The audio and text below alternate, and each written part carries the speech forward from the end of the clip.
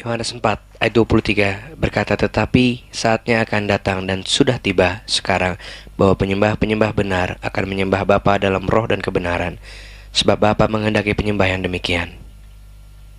Karena Bapa sendirilah yang menghembuskan nafas kehidupannya pada waktu proses penciptaan manusia itu sendiri, yang adalah rohnya sendiri. Sehingga kalau kita mengaku kita menyembah dalam roh, ini berarti kita harus taat dan setia senantiasa kepada Tuhan, dengan kesadaran penuh bahwa rohnya sudah diinvestasikan dalam kehidupan kita.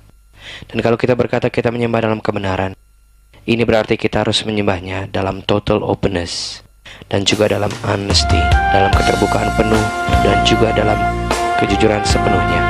Marilah kita menjadi penyembah Tuhan yang menyembah dalam roh dan kebenaran. Tuhan Yesus memberkati.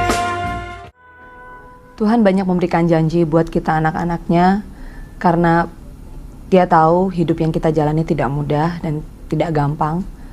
Keselamatan, sukacita, damai sejahtera, kekuatan adalah beberapa hal yang Tuhan bisa berikan dalam kehidupan kita, asal kita menyerahkan segala sesuatunya di dalam tangan Tuhan. Immanuel, Tuhan beserta kita. Saya tidak bisa berhenti bersyukur atas semua yang Tuhan buat di hari-hari saya. Keluarga yang takut akan Tuhan, sahabat-sahabat yang selalu menyediakan dirinya, serta talenta yang Tuhan sudah percayakan atas diri saya. Ini semua menjadi bukti akan kesetiaan serta kebaikannya dalam hidup saya. Jadi biarlah segala pujian, kemuliaan, dan hormat hanya bagi nama Tuhan.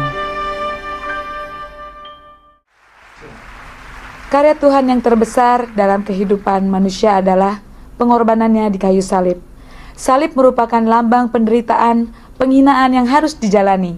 Salib diterima Yesus dengan besar hati demi kasih-Nya buat saya dan saudara.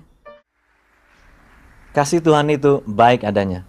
Kasih Tuhan itu sempurna adanya. Kasih Tuhan itu melampaui segala hal. Kasih setia Tuhan lebih dari hidup. Roma 8 ayat 28 mengatakan, kita tahu sekarang bahwa Allah turut bekerja dalam segala sesuatu untuk mendatangkan kebaikan bagi mereka yang mengasihi Dia, yaitu bagi mereka yang terpanggil sesuai dengan rencana Allah. Kerinduan saya adalah apa yang saya alami dalam kehidupan sehari-hari bersama Yesus juga dialami oleh saudara-saudara seiman. Lagu pujian yang saya bawakan dalam album ini menyatakan dan menggambarkan bahwa Yesus adalah benar-benar kasih yang sejati dalam kehidupan saya. Masuklah dalam rencana dan kehendak Allah, alami perkara-perkara bersama-samanya, dan nikmati kasih karunia dari Tuhan kita, Yesus. Melayani Tuhan untuk bisa efektif, kita mungkin harus bisa saling komunikasi yang baik satu dengan yang lainnya, dan ngobrol bukan cuma sekedar ngobrol hal-hal yang berbau rohani, tetapi hal-hal juga yang kehidupan sehari-hari tentang ya gimana kabarnya, gimana kabar keluarganya. Ya itu berarti kebersamaan kita, gitu. Susah senang sama-sama, bisa cerita. Ya, susah dibagi rata, senang dibagi rata juga. Jadi nggak ada yang mau menonjol sendiri, nggak ada yang mau terkenal sendiri, gitu ya. Nah itu, nggak ada yang mau terkenal sendiri. Gitu saya kan nggak enak. Dan juga yang terpenting, ya yang nggak begitu. Keterbukaan, berani terbuka satu sama lain. Kan penting loh itu. Jadi cepat, dan kamu nggak kebagian. Tidak kebagian. Apa Gen? Ya, yang terpenting adalah kesatuan hati.